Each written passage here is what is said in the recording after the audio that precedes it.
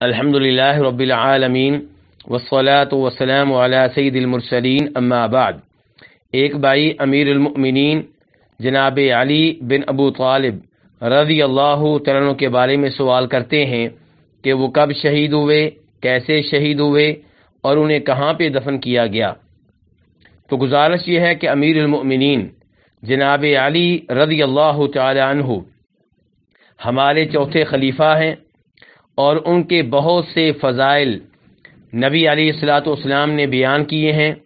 ان کے بارے میں آپ نے گواہی دی ہے کہ وہ اللہ اور اللہ کے رسول علیہ الصلوۃ والسلام سے محبت کرتے ہیں، اور آپ نے یہ بھی بتایا ہے کہ اللہ اور اللہ کے رسول ان سے محبت کرتے ہیں۔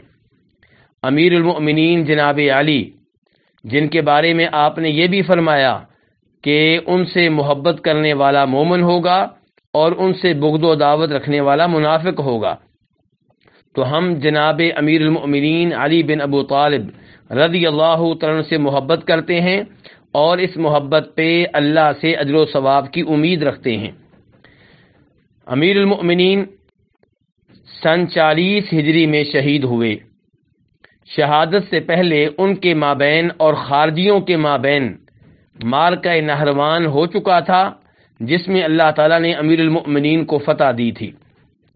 اس کے بعد کچھ خارجی لوگ آپس میں مشورہ کرنے کے لیے جمع ہوئے اور غور و فکر کرنے لگے کہ ہم کیسے ان لوگوں سے نجات حاصل کر سکتے ہیں جو امت کے زوال کا سبب ہیں، جن کی وجہ سے امت ذلیل و رسوا ہو رہی ہے۔ وہ اس نتیجہ پہ پہنچے کہ اگر ہم نعوذ باللہ جناب علی اور امیر المؤمنین معاویہ بن ابو سفیان اور جناب عمرو بن عاص رضی اللہ تعالی عنہم ان 3 صحابہ کرام کو شہید کر دیں تو امت راہ راست پہ آ سکتی ہے۔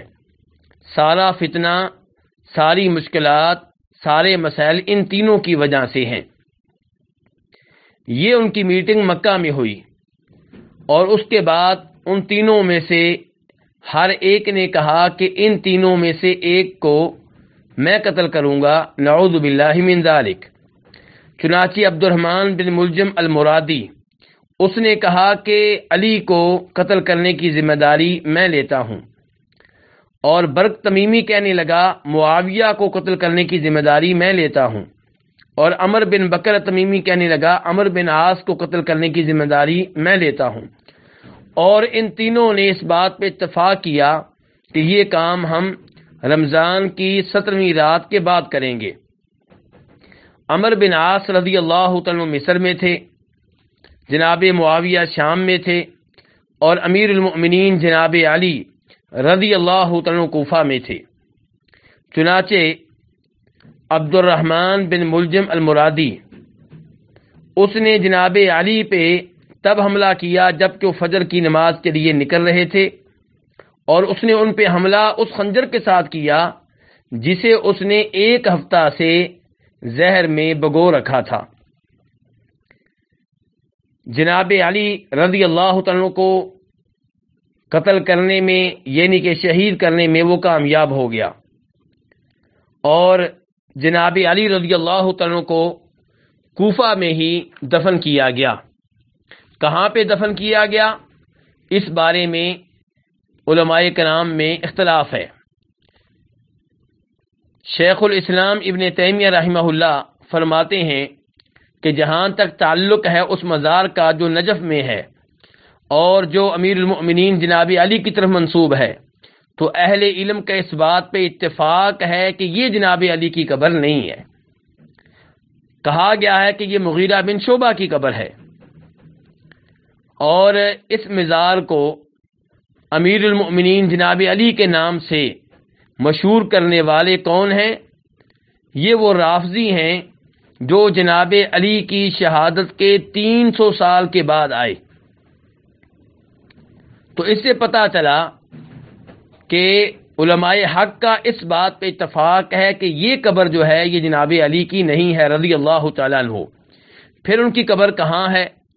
اس بارے میں صحیح ترین بات یہ معلوم ہوتی ہے کہ انہیں کوفہ میں ان کے اس محل میں دفن کیا گیا جہاں سے وہ امور حکومت چلا رہے تھے۔ اللہ رب العزت ان کی قبر پہ رحمت نازل فرمائے، ان کی قبر کو کشادہ فرمائے، اور روز قیامت اللہ تعالی ہمیں ان کا ساتھ نصیب فرمائے۔ جہاں تک تعلق ہے باقی دو صحابیوں کا، یعنی کہ جناب معاویہ رضی اللہ تعالیٰ عنہ کا، تو جو انہیں شہید کرنے کے لیے گیا اس نے ان پہ حملہ کیا، لیکن حملہ ایسا نہیں تھا کہ جس سے وہ فوت ہو جاتے، ان کا علاج ہوا اور وہ زندہ رہے۔ اور جہاں تک تعلق ہے عمرو بن عاص رضی اللہ تعالیٰ عنہ کا، تو وہ اس صبح نماز کے لیے نہیں نکل سکے کیونکہ وہ مریض تھے۔ ان کی جگہ پہ امامت کی ذمہ داریاں ایک اور امام نے ادا کی جن کا نام تھا خارجہ بن ابو حبیب، چنانچہ وہ فوت ہو گئے اور اللہ نے ان کو شہادت دی۔ تو یہ تھا وہ سوال، یہ تھا جواب اس سوال کے متعلق جو کیا گیا ہے۔ اللہ رب العزت ہمیں تمام صحابہ کرام سے اور آل بیت سے محبت کرنے کی توفیق عنایت فرمائے۔ وصلی اللہ تعالی علی نبیہ محمد وآلہ وصحبہ اجمعین۔